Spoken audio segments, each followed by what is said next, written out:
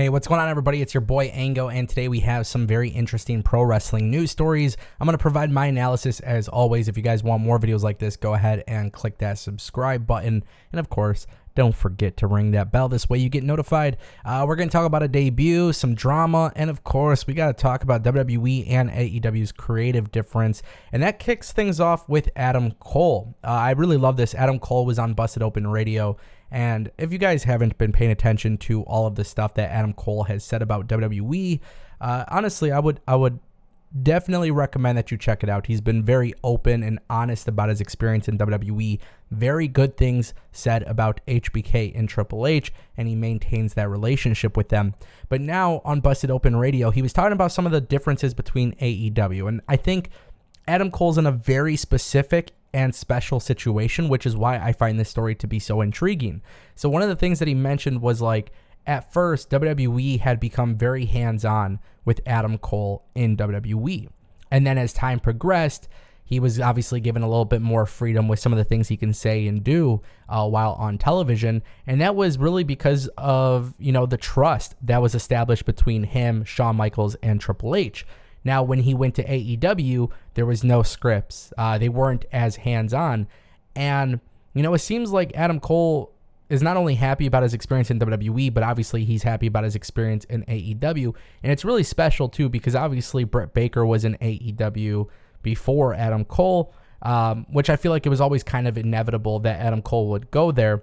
But it wasn't because of WWE's wrongdoing. Now, what really intrigues me is what WWE would have done with Adam Cole on the main roster. There was a lot of rumors at the time that maybe he was going to be a manager or whatnot, and nobody really knows, which is kind of scary because I feel like he was so great in NXT, and I feel like they've done such a great job with him in NXT.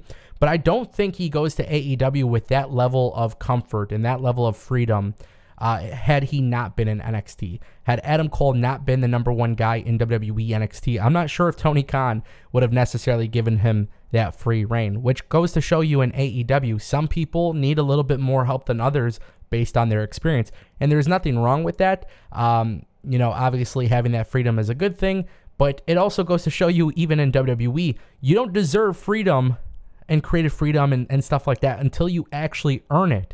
Especially with some of those people who have no experience. Adam Cole thankfully had experience prior to WWE, but he has been on record saying how much he's learned, and that's what's really important. So far, I enjoy Adam Cole in AEW. So, hey, really cool stuff. All right, guys, let's talk about Jake Something. All right, this picture of Jake Something was huge. I did not mean to do that, but Jake Something is making his AEW Dark debut tonight, Tuesday, May 10, 2022. I'm not going to spoil the match or anything like that, but Jake Something has not been signed by AEW just yet. However, he has departed Impact Wrestling. Now, the reason why I actually want to talk about this is because I mentioned before how there were 7 new debuts happening on AEW Dark. And Tony Khan has actually been very open about the signing process and stuff like that in terms of a comparison to WWE. WWE is hiring younger people. Some might have wrestling experience, but they're not necessarily looking for that. They're looking to develop their own talent. And whether or not it's a good strategy, time will tell. It's still a little too early to say, but they've gone back to the old ways of doing NXT, which was developmental. Now, I don't see anything wrong with that, but I do see Jake Something as being a very good talent for either company.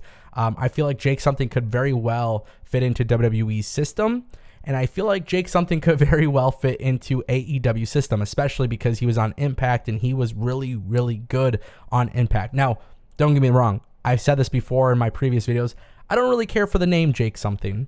It would be very interesting to see what WWE would rebrand him to, but I have a very strong feeling that this appearance on AEW Dark, whether it's today, tomorrow, or a month from now, or maybe even a year from now, I think this won't be the only time that we see Jake Something on our TVs, on professional wrestling shows.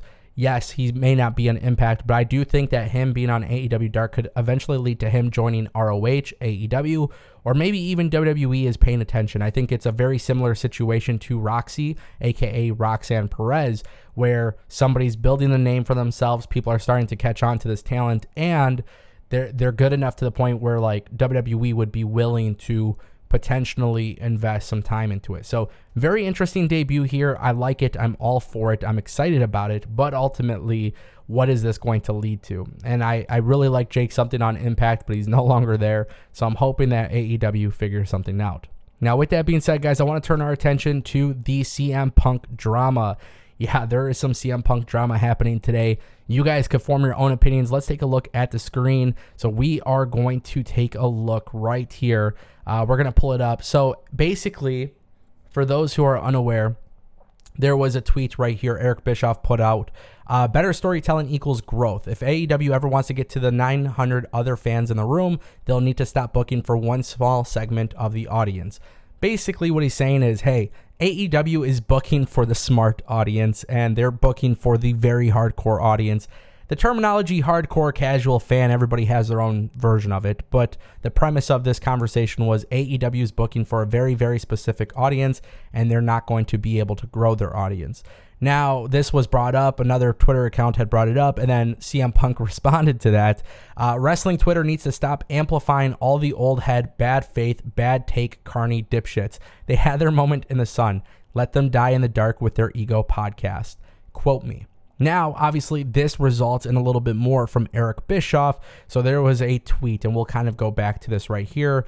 So somebody right here is, conversing with this. AEW's entire presentation is just a rip-off of Nitro.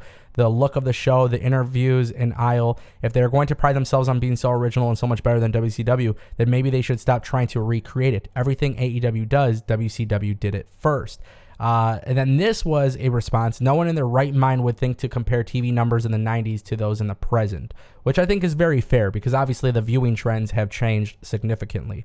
So then Eric Bischoff responds with some examples, and I believe these were from Brandon Thurston, but basically Eric Bischoff shows the comparison. So let's look at what Punk has delivered since debuting at AEW August Rampage. 1.1 million viewers.